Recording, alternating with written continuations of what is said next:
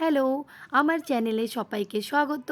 আজ আমি নিয়ে এসেছি নর্থ ওয়েস্ট ইন্ডিয়ার একটা রেসিপি, যেটা খেতে কিন্তু অনেকই সুস্বাদু এবং রোজ রোজ আলাদা আলাদাভাবে নতুন করে এটা রেডিও করা যায়। একভাবে না খাওয়ার গিয়ে আলাদাও একটু ট্রাই করতে হয়, সেটাও অনেক ভালো অপশান থাকে।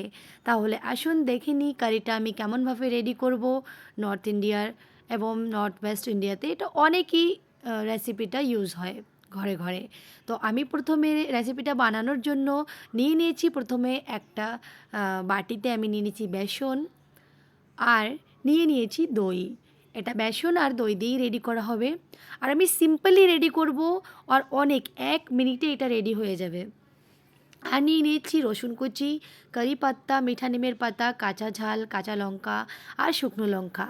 সঙ্গে এটা অনেক ইম্পর্ট্যান্ট, যেটা সোমবড়া দেওয়ার জন্য, বা এটা মিঠা নিমের পাতা, কারি পাত্তা, রসুন কুচি, কাঁচা লঙ্কা আর শুকনো লঙ্কা, এই দুটো দিয়ে অনেক সুন্দর ফ্লেভার আসে।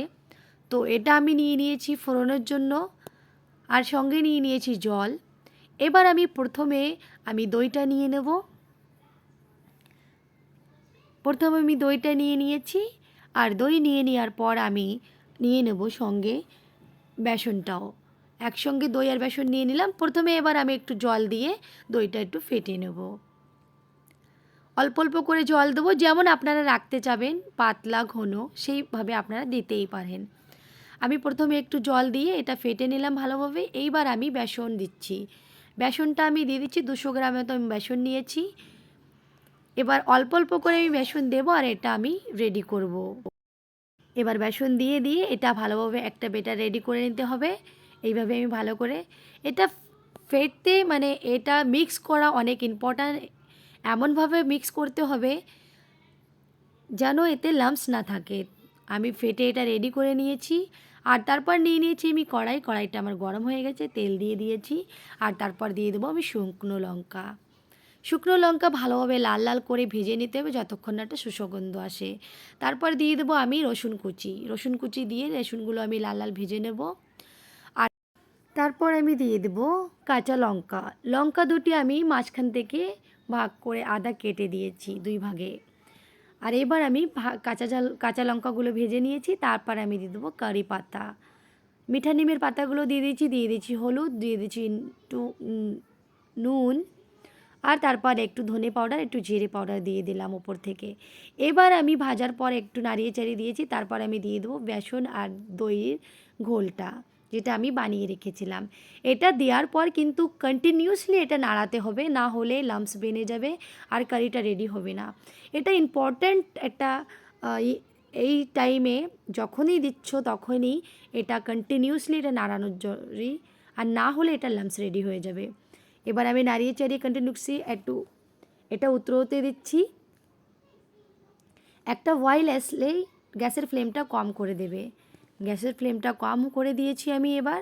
আর এই কারিটা আমার দেখতেই পাচ্ছেন রেডি হয়ে গেছে। আমি সিম্পল কারি বানাচ্ছি, আমি এতে পাকোড়া দিচ্ছি না। আমি একদম সিম্পল, আমি উইদাউট পাকোড়া বেসন কারিটা আমি রেডি করেছি। আপনারা ঘরে অনেক ইজিলি কারিটা রেডি করে সবাইকে সার্ভ করতে পারেন, নিজেরা খেতে পারেন, অনেক সুস্বাদু লাগে। আমি গ্যারেন্টি থেকে বলছি, একবার খেলে আপনারা সবাই বারবার খেতে চাইবে।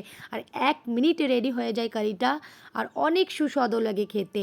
আপনারা অবশ্যই এই রেসিপিটা ঘরে ট্রাই করে খেয়ে দেখবেন, আমার সঙ্গে খেয়ে শেয়ার করবেন, কমেন্ট করবেন, কমেন্টে জানাবেন কেমন হয়েছে এই কারি রেসিপিটা। আর যদি কারি রেসিপিটা ভালো লেগে থাকে তাহলে আমার চ্যানেলটা আপনারা সাবস্ক্রাইব করবেন, শেয়ার লাইক করবেন। আর আমার নেক্সট ভিডিও নতুন রেসিপি দেখার জন্য, আমার চ্যানেলটাকে সাবস্ক্রাইব অবশ্যই করবেন, সাবস্ক্রাইব করা ভুলবেন না। আমার ভিডিওটা দেখার জন্য আপনাদের সকলকে অনেক অনেক ধন্যবাদ। আপনারা একবার অবশ্যই ট্রাই করবেন। বেসন কারি বানানোর জন্য কিছুই চাই না, শুধু নিয়েছি দই, আর নিয়েছি বেসন, আর তারপর রসুন কুচি, আর কাঁচা লঙ্কা নিয়েছি শুকনো লঙ্কা। দুটো জিনিস দিয়েই আমি বেসন কারিটা রেডি করলাম। 1 মিনিটেই রেডি হয়ে যাওয়া রেসিপিটা আপনারা অবশ্যই ট্রাই করবেন। Thank you.